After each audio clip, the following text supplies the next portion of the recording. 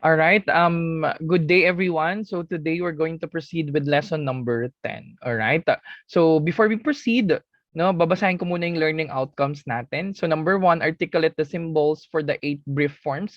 So in the previous lessons natin, no, may mga brief forms na kayong natutunan. So because we have introduced it to you, no, like what I have mentioned, the reason behind bakit it is just written in at least 1 to 3 symbols, no, most probably kasi ito yung laging ginagamit or it is frequently used in English language, no. So in our shorthand principle, there is a corresponding symbols for that.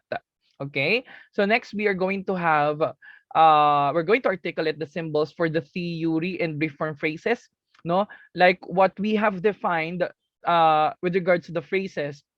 Now we're talking about here a group of related words, no, with no subject and a verb. No, most probably it starts with a preposition. But in our shorthand learning journey, no, we have the so-called been phrases, can phrases, to phrases, no, able phrases, no. Later on, you will see some of it, and I'm going to teach you how are you going to write it in Steno. And then of course, articulate the symbols for the word ending li, no? So for example, we have the word only. All right? Ayun yung example nun. So mamaya wag malilito. So kasi um if we are going to write the symbol for the word ending li, it's just represented by a small circle, no? If you are going to look in the symbol of E, no, ayun yon. So now, since you have already the idea and you know already the principle or the symbol for the sounds of Li, tatlo na yung, ito na yung different interpretations ninyo, no? Hindi lang kapag mas na nakita kayo ng E symbol sa dulo lang naman siya makikita eh. You are not just going to interpret as E but Li as well. All right. So let's proceed with the lesson proper. Um, let's focus on the 8 brief forms. Now let's have the brief form the. No, this is actually part of the article. Diba? We have the article a, an, and the. No, so the a brief form the is just represented by a over it, an over it symbol. So it's just like this. Yan. All right. Them, no, it is just a combination of over it and plus the M symbol. So make sure that you are going to emphasize the, or you're going to make it with elongation, or you are going to elongate the corner, no, between the over it and M. All right. Dapat walang angle dyan. So let me write it again. Over it and plus M. So it's just like that. That is them. So we have the but, no? We have the B symbol plus the T symbol. Let me write it again. B symbol and T symbol. That we have the over it and a symbol. Let me write it again. Over it and a symbol. For the third time, over it and a symbol. Should is just simply the ish symbol plus the D, ish and D, no? Make sure that if you're going to write it in a slanting, no? Huwag masyadong slanted kasi it may represent as a T symbol, no? It is wrong. Okay? Let me erase this one and I'll rewrite it again, class. So we have the ish and D symbol. All right? Let's move a little bit. So the which brief form, no? It is just represented by the che symbol. Ayan. Che, which. All right, so let's have the brief form. This is just simply the over is, then plus the s. Medyo lakihan ng kaunti. Yan. All right, so wag malilito with the u symbol kasi ito yon. Mas maliit siya. Wag malilito dyan. All right, this is a combination of over it and s. All right, class. So kapag susulatin niyo dyan, medyo malaki siya in comparison to the U symbol. As we all know that these are the representation of your, right? Or the U symbol. No, such as for example, we have the word booth. Okay? So this is the this symbol. Wag malilito. So we have the could derivative. So we have the K and D symbol. Again, we have the K and D symbol. All right, let me write it again for the third time around. K and D symbol. All right. Let me rewrite it. So we have the K and D symbol. All right. So far, that concludes the another 8 brief forms. So again, these are the things that you need to memorize. So kinakabisado ito, class. All right. So let's have the theory and brief form phrases. So once again, you have to memorize all of these, no, and practice writing at your home. So we have the of the. Now, of course, we have the brief form of and the symbol. Again, let me write it again. Of and the symbol. Of these, of course, combination of and these. All right. Of and these. Class, ha? Iba yung these, which is the demonstrative pronoun, na wherein it is a plural form in comparison to the singular form, which is the these, no? These and these, magkaiba yan, wag malilito. Again, how are you going to write it again? We have the of over es for of this. Of them, of over and m,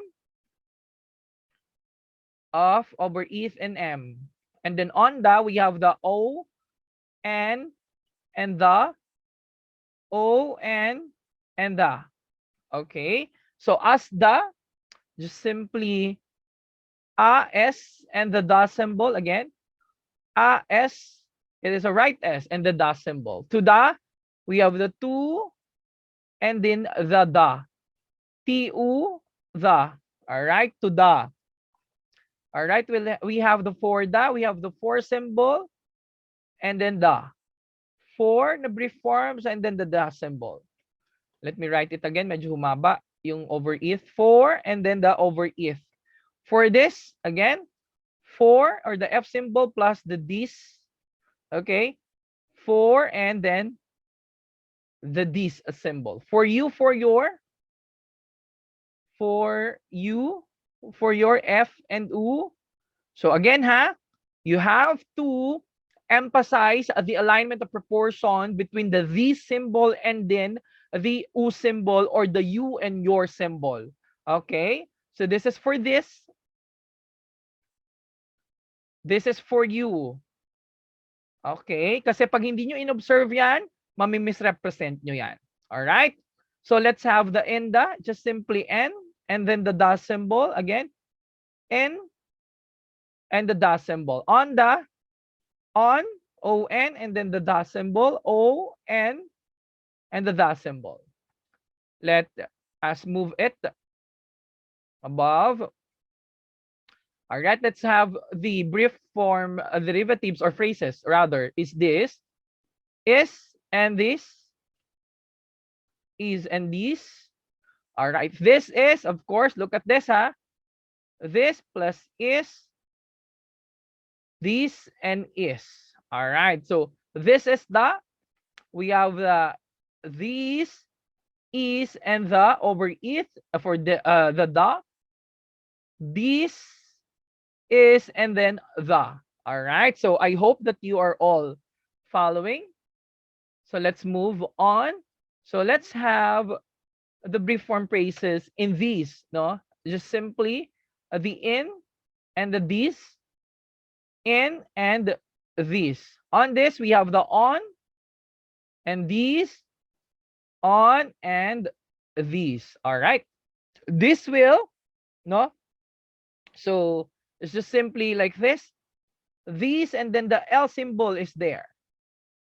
These and L symbol is there. So again, ha, you don't have to put any angle. So it should be elongated.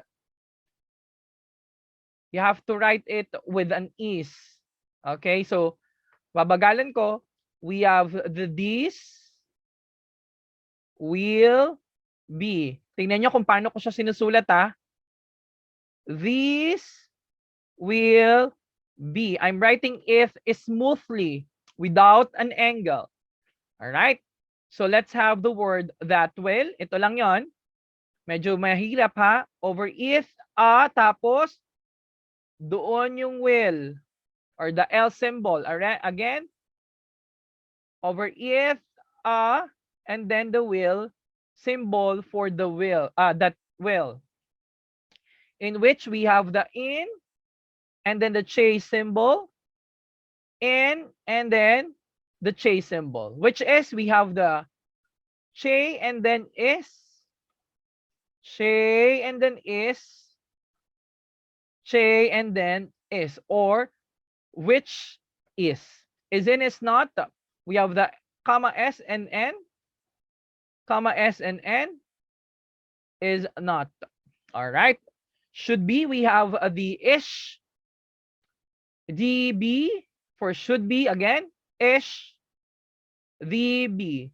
All right. Be careful in writing it ha. Hindi siya S ha. Hindi siya ganyan. Straight dapat siya. All right. So that is wrong. This is wrong. Okay. So let's have the word should have.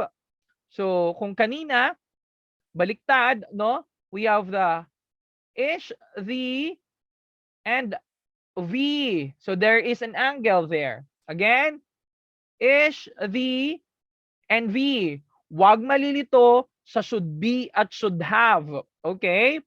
We have the B symbol and then the V symbol. The boy and the victor. All right?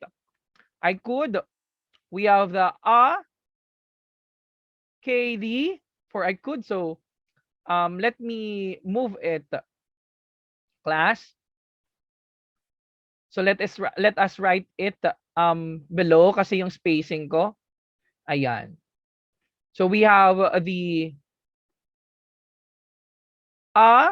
KD for I could. KD for I could. All right. So let's have the word did not. It is just simply we have the DED and not. DED and not. Sir, okay lang po ba na medyo lumampas siya? Yes, no problem. As long as there is a differentiation of the to the symbol. All right. So far, that concludes the theory and the brief form phrases. So let's proceed with the next lesson, or the topic rather. We have the word ending li words.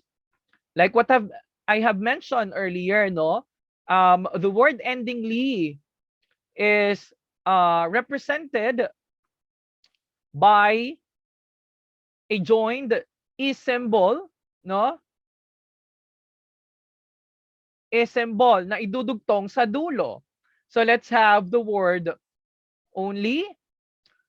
Makinig ng mabuti kasi malilito kayo kapag once na hindi nyo naintindihan ang principle ng word ending li. We have the O, N, and then we have the li for only. Again, O, N, and li for only. So now, since you know already the principle on how are you going to write the word ending li, hindi na dapat kayo magbabasa nito ng i lang or short, long e and short e. All right? Kapag once na nakita nyo ito in any shorthand transcript. So hindi mo siya babasahin as oni. So it's supposed to be li kasi there's no word as oni. All right? So let's have the word clearly. We have the K, L, E, R, and then the word ending li for clearly. Weekly, we have the U, E, K, and then li for weekly. Likely, we have the L, broken circle I, K, and then the E symbol. Let me write it again, class. L, I, K, and E for likely. Let me write it again. L, I, K, Li for likely. Highly, tignan ng mabuti ang pagsulat. We have the dot, no? Laging uunahin ng data to represent the H and then I or the broken circle and then ibilog mo siya to make it highly. Let me write it again. H and then, sorry, let me write it again, class. We have the H, broken circle I, and then the E for highly. All right. Writing it with an is. Okay, mostly. So we have the M, O, S, T, Lee for mostly. Again, M, O, S, T, Lee for mostly. All right. So once again, a gentle reminder, the moment that you're going to read or to see an E symbol at the last part of any shortened symbol, you may read it as E or E, and then at the same time, the word ending li. So hindi dapat kayo malilito dyan dahil alam nyo na yung principle ng word ending li. So let's proceed with an important note. No, if this is the case, no, if ever that you are going to see, or if the word, no, is double L and then you're going to end it with the ly, no, you have to write it with a combination of L and E symbol. So instead of only E, no, you're going to write it with E symbol. All right, and different principles should apply. So let's have the word really. So it is double L, no?